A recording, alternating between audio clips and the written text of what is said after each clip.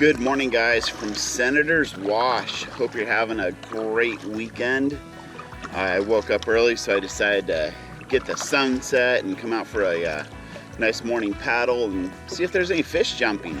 I've done some research, and pretty much this is fed by the Colorado River. So whatever fish you would find in the Colorado River, you would have a chance of finding here, albeit catfish, largemouth bass, smallmouth bass, carp, striper, and a few other really small fish. So today I just brought out the ultralight rod, which has 4-pound test and a couple anchovies that I was catching fish on at Lake Powell. So if there's striper in here, I know they'll hit that. In case I didn't mention it, I initially thought this might have been a lake regulated by California, but apparently it's regulated by Arizona. So I still have that fishing license from Arizona, which is a good thing because that's a lot cheaper than California. This seems like a good area to start. There are a bunch of small fish jumping around everywhere, and I'm just gonna huck out a little piece of anchovy. It does not take much to catch striper. At least small ones, I should say. While that sits out there, this is my kind of all-in-one little just grab and go fishing pack. I have about 5 of these, but this one has a little bit of everything. Sliding weights, good selection of hooks, some weights that, you know, in case you need to grab the bottom, a variety of hard baits, soft-side jerk baits, some swim baits, some worms and salamanders, a little mini spinner bait. I just like having one box, especially for the kayak or if you're gonna walk in somewhere, that I can grab and know that, hey, I can pretty much catch a fish anywhere with this stuff. There's fish jumping all around me, and the little piece of anchovy as bait is not working. So that's a sign that it's not working and you need to move on. And especially in these early morning hours, you don't have a whole heck of a lot of time, and what the fish are chasing can vary within 30 minutes.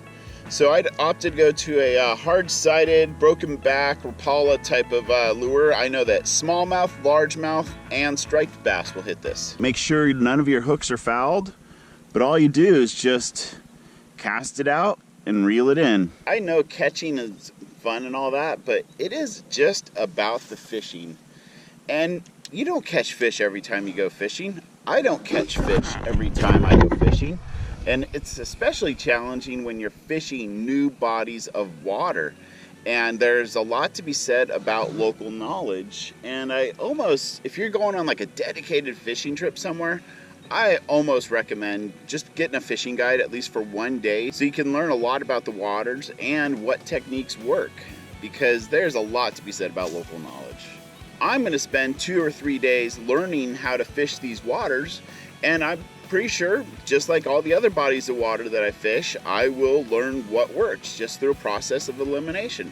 Now, don't get me wrong, one of my favorite parts about being a fishing guide in Alaska is catching fish. But sometimes you just gotta sit back and enjoy your environment. Like, it's a Sunday. I don't know why nobody's out here, but I'm enjoying having this lake to myself right now. I'm switching things up. The fish have started jumping again, kind of everywhere, and I decided to tie on a different hard lure and troll it around for a little bit. Trolling can be a great technique, and it's real easy to do because all you do is just maintain a slow speed and adjust your drag accordingly and adjust this. But these fish are jumping everywhere right now. I still have yet to see a definitive color on them so I know what kind of species it is, because stripers, those are very like white and bright and shiny, and then you get your smallmouth, they kind of have like a bronze color, and I don't know, I just really would like to see what they are so I could maybe dial in my techniques even further. Okay guys, there's a lot more techniques I could try, like a topwater plug or a topwater jerk bait, but I forgot my sunscreen and that sun is getting really intense. But I just wanted to take you guys out fishing and go through my normal processes when we travel somewhere in our RV and just head out on an unknown body of water. It's all about trial and error, and it's also all about fishing and just getting out and enjoying yourself. Thanks for joining me today. Make sure you hit that subscribe button so you can follow our daily adventures.